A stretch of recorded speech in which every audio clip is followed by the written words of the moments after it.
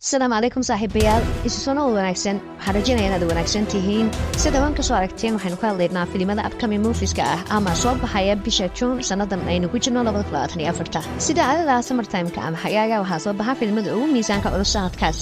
haddaba waa kuma filimada ugu wanaagsan ee la sugayo bishan gudaheeda anigu aan doonayn inaan hore idinku dheereeyo waxaan rajaynayaa hore nagu soo birtay sidoo kale muuqaalkan aad saartay legta aragtidaada iyo filimka aad sugaysidna aad commentiga nagula wadaagtid soo dhawaada saaxiibayaal هذا السويو أيا نقول دونا A Quiet Place Part 3 Day 1 A Quiet Place Day 1 أيا كهذي دونا بلا وشة كذاني حلقة يكسب بلا متى بهذا فايدة النائب شدوا كانوا حين نقول نتا حلقة هيسي هذا كار كره وضتا في الكلام هذا وحماسة بدن السويو بيشان أيا نقول دونا هيتمان بهنا وصل بحياة كودا بيشة شون أوكي هيتمان مركز شكل سو حين نقول دونا dilaal qarsoon sidoo kana geysta mishimada culus laakiin dilaagani dilaayada kale wuxuu ka duwan yahay waa dilaan haris leh mararka qaybtood wuxuu ka dhaxaa dhacdooyinka qaybtood sheeko actiona aad u farq badan dad badanna ay xiiseen doonaan filmka saddexaad ee xamaasada badan ee la sugayay ayaa noqon doona Bad Boys Ride or Die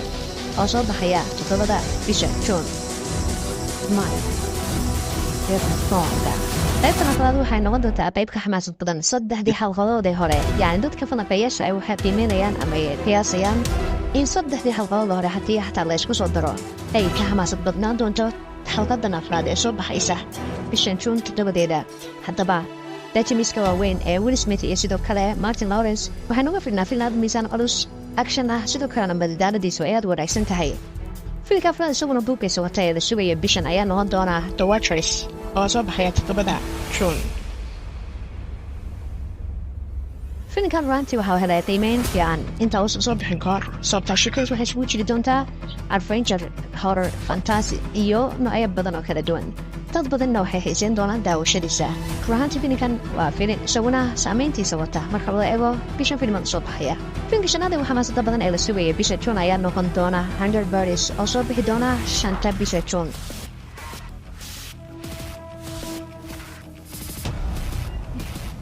طبعا dadka filimada xeebaha ku saabsan iyo sidoo kale dibaxbadeedyada aday ugu raaxaysan doonaan filimkan dadka foobiyada qaba laakiin si Soomaaliya filimkan aysan daawan karin filimka lixaad ee la sugayay isaguna waxaa noqon doonaa The Bike Riders soona bixi doona 12 bisha June filimkan waxaa isugu jiri doonaa adventure iyo sidoo kale action ajiiba طبعا waxaa kuusi doonaa saaxiibtinimada halganka dulqaadka sidoo kale wajihida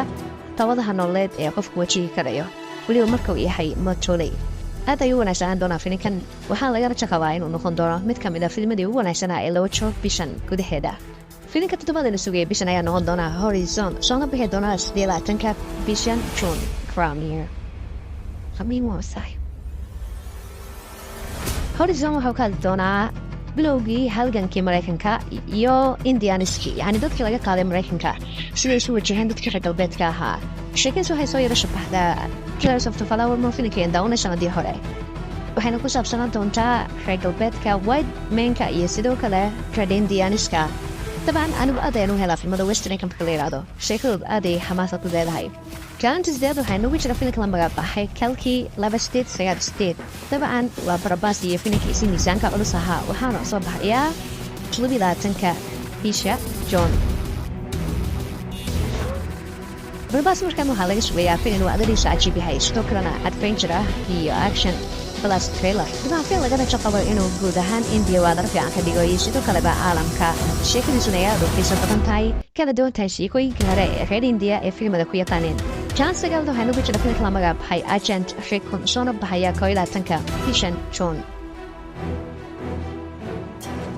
Agent Recon filimkan sheekadiisu waxay ahaan doontaa askari undercover ah yacni qarsoon sidoo kalena ku tala jiray inuu ogaado